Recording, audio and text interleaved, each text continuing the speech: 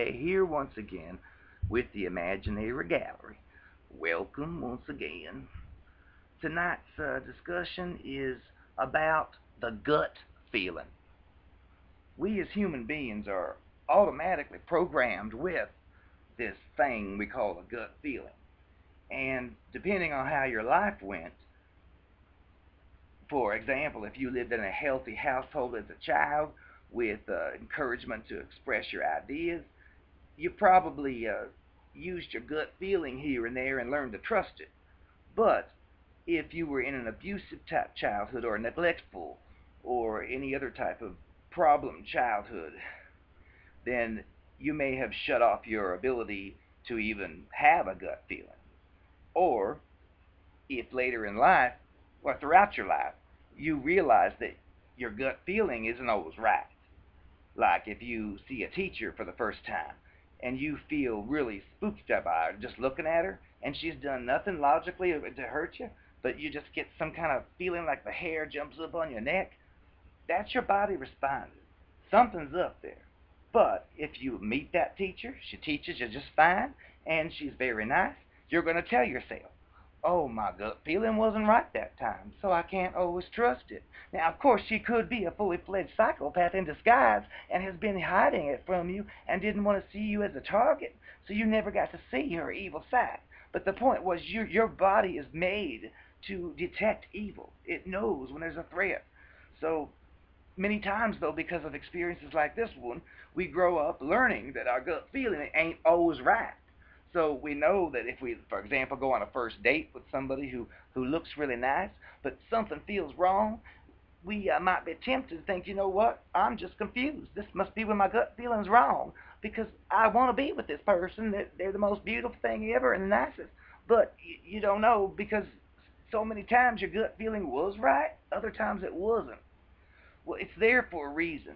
And many times we do learn over time to just ignore it because we know it's probably wrong. It's like an inner conflict, Jan Brady syndrome.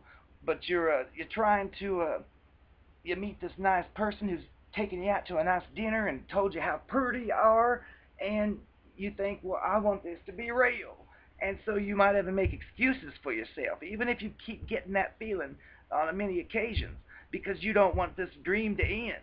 You want it to keep going. And many times we talk ourselves out or we dismantle our own gut feeling, and it gets all messed up. That's a very common situation. And when you have that problem, you often don't know. And if you're dealing with a narcissistic personality disorder, they know this probably. So if you have a gut feeling that something's wrong with them, like in the love bombing, if they do all your laundry for you the first day after you meet them, and you say, hey, it's kind of weird you did that, if they're like, oh, I'm just a nice person, well, that's a red flag because that's your gut feeling is actually right, but they're messing with your head because they don't want you to have that gut feeling. They want you to be in confusion so you can be controlled because that's their goal is to control you.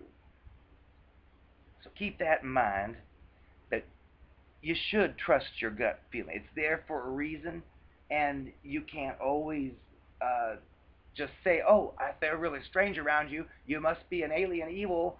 That won't work. They'll be like, oh, you're being, if they're a predator, they'll be like, oh, you're being silly. I'm not anything bad.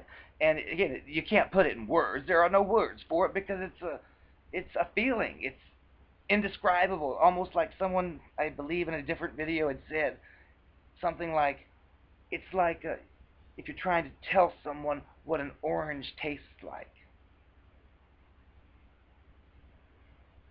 You can't. It's a flavor. So you can't put a feeling like this in any words because it's just a feeling. Just like the orange tastes like an orange. So it's just something we need to not ignore because it really does usually works. And it's just a good idea if you think you might be dealing with a toxic person, I wouldn't tell them, hey, I think you're a toxic person because of this thing that happened. Because you're not going to get the answer you want. You're going to be told that you're crazy. You're going to be told you're making stuff up in your head, and you need to quit reading those books and websites and videos on YouTube, and you just need to believe every word this creature says. Probably it's abuse. Don't ignore that gut feeling. It's there for a reason.